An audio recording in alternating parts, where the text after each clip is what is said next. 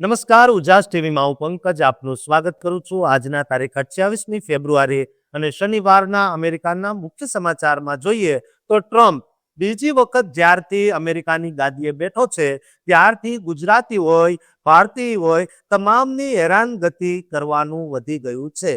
ત્યારે હવે 10 એવા કઠોર એટલે કે આકરામાં આકરા નિયમો એને બનાવ્યા છે જે વિદેશથી અમેરિકામાં વિઝા લઈને સ્થાયી થયા હોય તેમને પણ મુશ્કેલીમાં મૂકી શકે તેમ છે. આ 10માંથી એક પણ નિયમ ભંગ થયો તો ડિપોર્ટ થઈ જવાય તેમ છે. તે તમામ નિયમો અંગે વિસ્તારથી જાણીશું. ઉપરાંતના સમાચાર જોઈએ તો અમેરિકામાં લગ્ન કરી કે પછી માતા પિતા કે સંબંધીને 2 વર્ષ માટેનું જો તમારું ગ્રીન કાર્ડ આવી ગયું હોય તો તમારે હરખાવવાની જરૂર નથી, કારણ કે આ 2 વર્ષ બાદ જે ડોક્યુમેન્ટ રજૂ કરવાના થાય છે તે અંગેની તૈયારી તમારે પહેલા દિવસથી જ કરવી જોઈએ. કયા ડોક્યુમેન્ટ રાખવાની છે તેની વિગતે વાત કરીશું. ઉપરાંતના સમાચારમાં જોઈએ તો ભારત, અમેરિકા સહિતના દેશમાં હવે હવાઈ મુસાફરી કરનારા માટે એરપોર્ટ ઓથોરિટી દ્વારા નવા નિયમો જાહેર કરવામાં આવ્યા છે. આ નિયમોને લઈને તો ભારતની સંસદમાં કમાલ પણ મચી ગઈ હતી.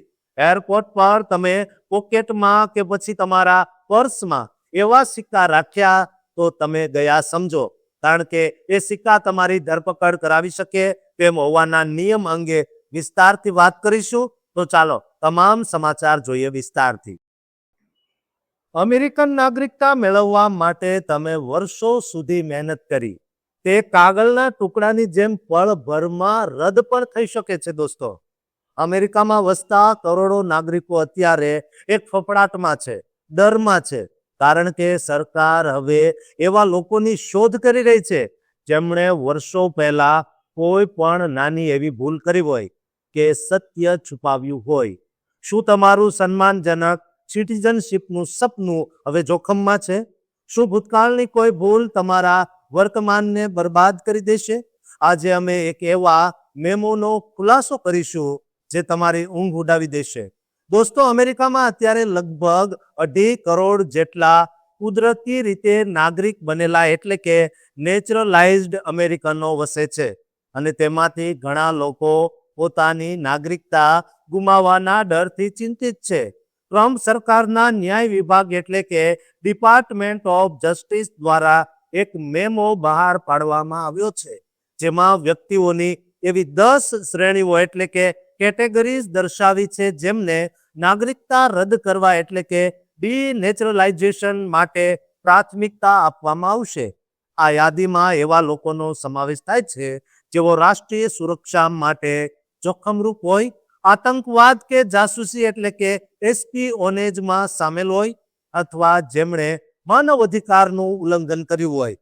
આ ઉપરાંત ગુનાહિત ગેંગ, ડ્રગ કાર્ટેલ સાથે જોડાયેલા લોકો અને એવા નાગરિકો જેમણે નાગરિકતા મેળવતી વખતે પોતાના ગંભીર ગુનાઓ એટલે કે ફેલોનીઝ છુપાવી હોય તેમની સામે પણ કડક કાર્યવાહી થશે. દોસ્તો, આટલું જ નહીં, નાણાકીય છેતરપિંડી જેવી કે પેચેક પ્રોટેક્શન પ્રોગ્રામ અથવા મેડિકેડમાં ફ્રોડ કરનારા અને સરકારી ભ્રષ્ટાચાર દ્વારા નાગરિકતા મેળવનારા લોકો પણ આ યાદીમાં સામેલ છે. ડીનેચરલાઇઝેશનની આ પ્રક્રિયા ત્યારે શરૂ થાય છે જ્યારે ઇમિગ્રેશન વિભાગ ન્યાય વિભાગને તપાસ માટે ભલામણ કરે છે. આ પ્રક્રિયા સિવિલ અથવા ક્રિમિનલ એમ 2 રીતે થઈ શકે છે.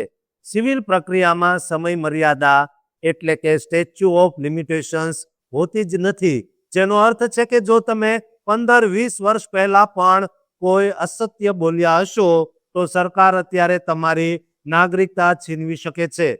જ્યારે ક્રિમિનલ પ્રક્રિયામાં 10 વર્ષની મર્યાદા હોય છે, પરંતુ જો તેમાં તમે દોષિત ઠરો તો 10 વર્ષ સુધીની જેલની સજા પણ થઈ શકે છે. જો સરકાર પાસે તમારા વિરુદ્ધ પૂરતા પુરાવા હોય તો ફેડરલ ડિસ્ટ્રિક્ટ કોર્ટમાં આ કેસ ચલાવવામાં આવે છે. તમારી પાસે તમારી નાગરિકતા જાતે જ છોડી દેવાનો એટલે કે રિનાઉન્સ કરવાનો પણ વિકલ્પ હોય છે. એકવાર નાગરિકતા છીનવી લેવામાં આવે પછી વ્યક્તિ સામાન્ય રીતે તેના જૂના સ્ટેટસ એટલે કે ગ્રીન કાર્ડ હોલ્ડરના દરજ્જા પર આવી જાય છે, પરંતુ જો તેમની પાસે કોઈ કાયદેસરનું સ્ટેટસ ન હોય અથવા ગંભીર ગુનો કર્યો હોય તો તેમને ડિપોર્ટેશનનો સામનો પણ કરવો પડી શકે છે. સિવિલ કેસમાં સરકાર પર પુરાવા સાબિત કરવાનો બોજ ઘણો વધારે હોય છે, જ્યાં તેમણે સ્પષ્ટ અને અસ્પષ્ટ પુરાવા રજૂ કરવા પડે છે. જ્યારે ક્રિમિનલ કેસમાં સરકારે વાજબી શંકાથી પર સાબિત કરવું પડે છે કે વ્યક્તિએ જાણી જોઈને છેતરપિંડી કરી છે. વર્ષ 2017માં સુપ્રીમ કોર્ટે પણ આ બાબતે મર્યાદા નક્કી કરી હતી કે માત્ર એવા ગેરકાયદે કૃત્યો જ નાગરિકતા રદ કરી શકે જેમણે નાગરિકતા મેળવવામાં મુખ્ય ભૂમિકા ભજવી હોય. આ આખી સિસ્ટમ અત્યારે ખૂબ જ જટિલ બની ગઈ છે, જેથી જો તમે કોઈ મુશ્કેલીમાં હો તો કાનૂની મદદ લેવી ખૂબ જ જરૂરી છે. દોસ્તો, આ વિડીયો તમામ અમેરિકામાં રહેતા આપણા ગુજરાતી ભાઈ બહેનોને શેર કરજો, જેથી કરીને તેમની નાગરિકતા ક્યારેય પણ ન છીનવાય અને ડિપોર્ટ ન થવું પડે. દોસ્તો, આ વિડીયોને અંત સુધી જોવા માટે તમારો આભાર અને આ ચેનલને સબસ્ક્રાઇબ જરૂર કરજો. દોસ્તો, તમે અમેરિકાના ગ્રીન કાર્ડને તમારા ઉજ્જવળ ભવિષ્યની ચાવી માનો છો? તે ખરેખર તમારા પ્રેમ અને સંબંધની કસોટી સાબિત થઈ શકે છે. અમેરિકામાં વસતા હજારો પરિવારો અત્યારે એક એવા ડરના ઓથાર હેઠળ જીવી રહ્યા છે કે જે તેમની ખુશીઓને એક પળમાં છીનવી શકે.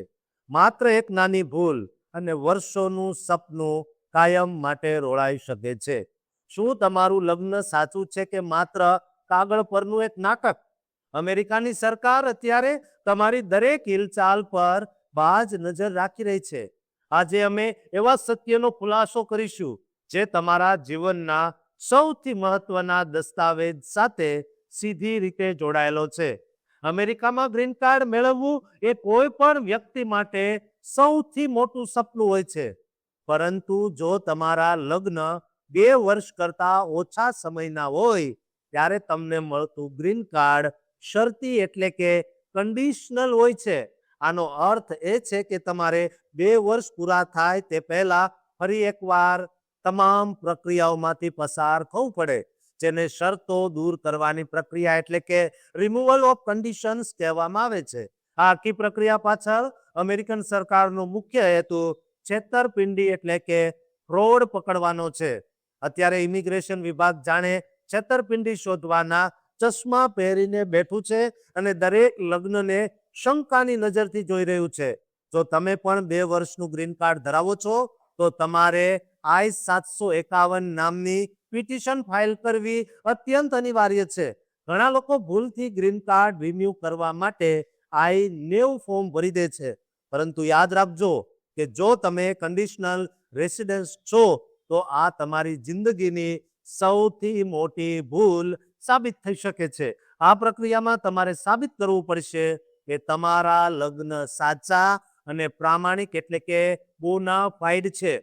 આ માટે તમારે છેલ્લા 2 વર્ષના એવા પુરાવા આપવા પડશે જે દર્શાવે છે કે તમે સાથે રહો છો અને તમારા સંસાધનો એટલે કે રિસોર્સિસ એક જ છે, જેમ કે ઘરના ભાડાના કરાર, સંયુક્ત બેંક એકાઉન્ટ સ્ટેટમેન્ટ્સ, ગેસ અને વીજળીના બિલ અને હેલ્થ ઇન્સ્યોરન્સ જેવા દસ્તાવેજો ખૂબ જ જરૂરી છે. આ ઉપરાંત મિત્રો અને પરિવારના એફિડેવિટ્સ પણ તમારી તરફેણમાં પુરાવા તરીકે કામ કરે છે. એકવાર તમે આ કેસ ફાઇલ કરો એટલે તમને ઓટોમેટિક 48 મહિનાનું એક્સટેન્શન મળે છે, જેનો અર્થ એ છે કે તમારું સ્ટેટસ 4 વર્ષ માટે લંબાઈ જાય. આ સમય દરમિયાન તમારે બાયોમેટ્રિક્સ એટલે કે ફિંગરપ્રિન્ટ્સ આપવા માટે ફરીથી બોલાવવામાં આવી શકે છે, કારણ કે વર્તમાન ટ્રમ્પ સરકાર જૂની ફિંગરપ્રિન્ટ્સ વાપરવાની તરફેણમાં બિલકુલ નથી. જો વિભાગને વધુ પુરાવાની જરૂર લાગશે તો તેઓ વધારાના પુરાવા માટેની વિનંતી એટલે કે RFE મોકલી શકે છે અને જરૂર પડે તો પતિ પત્ની બંનેએ ઇન્ટરવ્યૂ આપવા માટે હાજર રહેવું પડશે. ઇન્ટરવ્યુમાં તમારો આત્મવિશ્વાસ અને સાચો સંબંધ જ તમને બચાવી શકે છે. જોકે કેટલીક વાર આ ઇન્ટરવ્યૂ માફ પણ કરવામાં આવે છે અને કેટલાક નસીબદાર લોકોને 8 મહિનામાં જ કાયમી 10 વર્ષનું ગ્રીન કાર્ડ મળી જાય છે.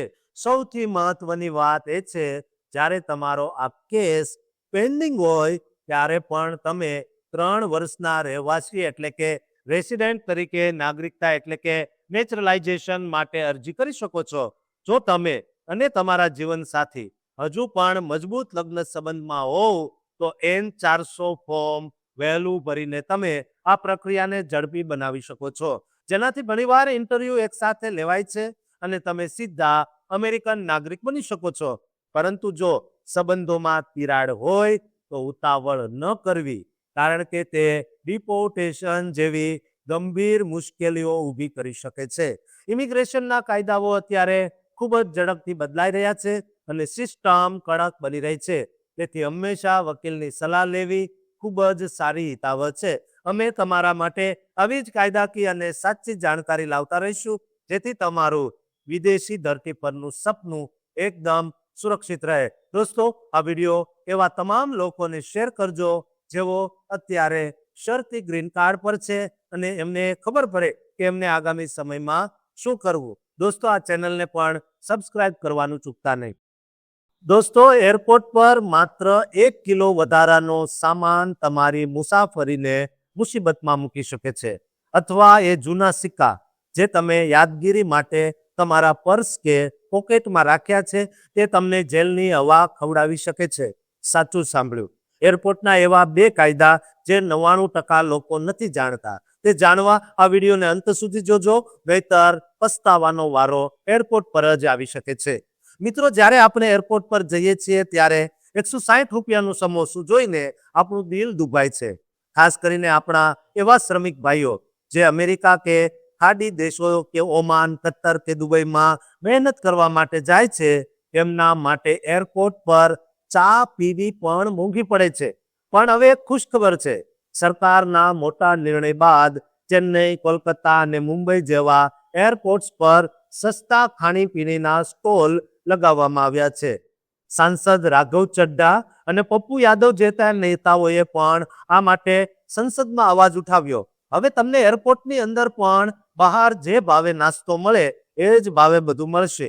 આ ખરેખર સામાન્ય અને મધ્યમ વર્ગીય મુસાફરો માટે એક માનવીય અભિગમ છે. બીજો મહત્વનો મુદ્દો સામાન એટલે કે લગેજનો છે. પહેલા જો તમારા બેગમાં 1 કિલો વધારે વજન રાખતા તો એરલાઇન્સ જતું કરતી, પણ હવે ઇન્ડિગો કે એર ઇન્ડિયા જેવી કંપનીઓ અડધો કિલો પણ વધારે હોય તો તગડો દંડ વસૂલે છે. સંસદમાં પણ આ મુદ્દો ઉઠ્યો કે જે NRI ભાઈઓ વર્ષો સુધી ઘરે આવતા હોય, એટલે કે ઘણા વર્ષે આવતા હોય, પોતાના બાળકો માટે ચોકલેટ કે કોઈ ને કોઈ વસ્તુઓ જરૂર લાવે, તેમની પાસેથી આવી મનમાની કરીને વધારાના પૈસા ન વસૂલવા જોઈએ. સરકારને વિનંતી છે કે જો વજન 1-2 કિલો વધારે આમ તેમ હોય તો છૂટછાટ આપવી જોઈએ, કારણ કે વિદેશથી જે વિદેશી મુદ્રા આવે છે તેનાથી આપણા જ દેશને ફાયદો થતો હોય છે. પરંતુ સૌથી ચોંકાવનારી ખબર હવે છે દોસ્તો, જે 99% લોકો જાણતા જ નથી અને એમ જ પ્લેનમાં મુસાફરી કરે.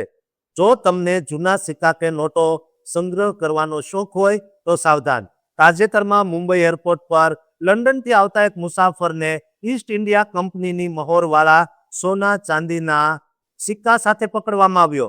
કાયદા મુજબ 50 વર્ષથી વધુ જૂના સિક્કા કે એન્ટિક વસ્તુઓ વગર પરમિટે લઈ જવી કે લાવવી એ બંને ગેરકાયદેસર એટલે કે ઇલીગલ છે. તેને દાણચોરી એટલે કે સ્મગલિંગ માનવામાં આવે છે. કસ્ટમ અધિકારીઓ આવી વસ્તુઓ જપ્ત કરી શકે છે અને તમારી ધરપકડ પણ કરી શકે છે. મિત્રો, રાણી સિક્કા ગુજરાતમાં ઘણા પરિવારો પાસે હતા અને તેઓ સાચવીને બેઠા છે. આ યાદગારી માટેના જૂના સિક્કા લઈને મુસાફરી કરવાનું ટાળજો, નહીતર જેલ જવાનો વારો આવશે. આ માહિતી દરેક વિદેશ જતા કે અમેરિકા જેવા દેશથી પરત આવતા મિત્રો સાથે શેર કરજો, જેથી કોઈ અજાણતા મુસીબતમાં ન મુકાય અને ફસાય. કારણ કે એરપોર્ટ પર અધિકારીઓ એ નથી જોતા કે તમે જાણકાર છો કે અજાણ, ભણેલા છો કે અભણ, નાના છો કે મોટા. એ તો માત્ર તમારી પાસે રહેલી એ એન્ટિક વસ્તુઓ જુએ છે અને પછી તમને જેલ પણ કરી શકે છે. તેથી મારી તમામને વિનંતી છે કે તમામને આ વિડીયો શેર કરજો, જેથી નાની એવી ભૂલ કોઈનાથી ન થાય અને આ ચેનલને ત્યારે જ સબસ્ક્રાઇબ કરી દેજો.